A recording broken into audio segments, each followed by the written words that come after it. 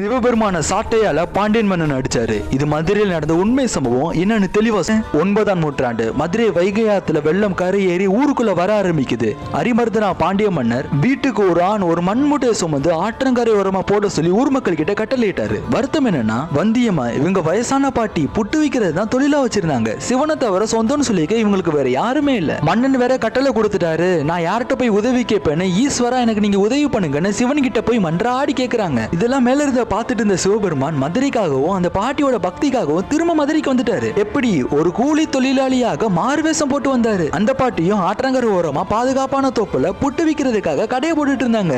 நம்ம சிவபெருமான் வாலண்டரியா அந்த பாட்டி கிட்ட போய், உங்களுக்கு பதிலா நான் வேலை செய்கிறேன், கூலி எதுவும் வேண்டாம், புட்டு கொடுத்தா போதும்.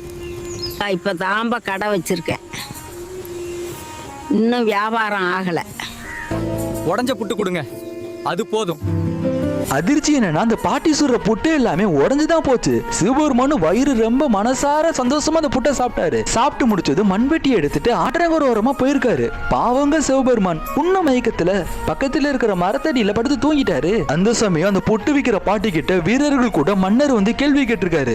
என்ன பாட்டி, உங்க வீட்டில இருந்து யார் வருகிறார்கள்?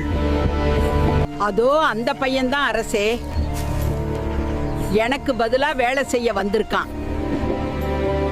தூங்கிக்கிட்டு இருந்ததை பார்த்த மன்னன் கடுப்பாகிட்டாரு. உடனே வீரர்கள் கிட்ட இருந்த சாட்டை எடுத்து அது சிவபெருமானு கூட தெரியாம அந்த வாலிபனை முதுகுல அடிச்சிட்டாரு. அடிச்ச வலி சிவபெருமானுக்கு மட்டும் இல்ல, அந்த மன்னனுக்கும் சேர்த்து, ஏன் உலகத்தில் இருக்க எல்லா உயிரினத்துக்குமே அந்த வலி விழுந்துச்சு. அதிர்ச்சியோட அரிமர்தனா பாண்டிய மன்னருக்கு புரிய வந்துச்சு, இவர் சாதாரண மனிதன் இல்லைன்னு. ஈசன் அதே கூலி தொழிலாளி வேஷத்தோட ஆற்றங்குறமா நடந்து போய் ஒரே ஒரு கைப்பொடி மண் எடுத்து போட்டாரு. ஆற்றங்கரை முழுக்க மணல் மேடு ஏறிடுச்சு. மதுரைக்குள்ள வெள்ளம் வரவே இல்லை. சிவபெருமானு சுயரூபத்துக்கு வந்து அந்த புட்டு கொடுத்த பாட்டிக்கு முக்தியை கொடுத்து சிவலோகத்துக்கு கூட்டிட்டு போயிட்டாரு. இப்பதான் ஒரு சுவாரஸ்யமே ஆரம்பிக்குது. மன்னன் சிவனுக்காக இந்த இடத்துல ஒரு கோவிலை கட்டிட்டாரு.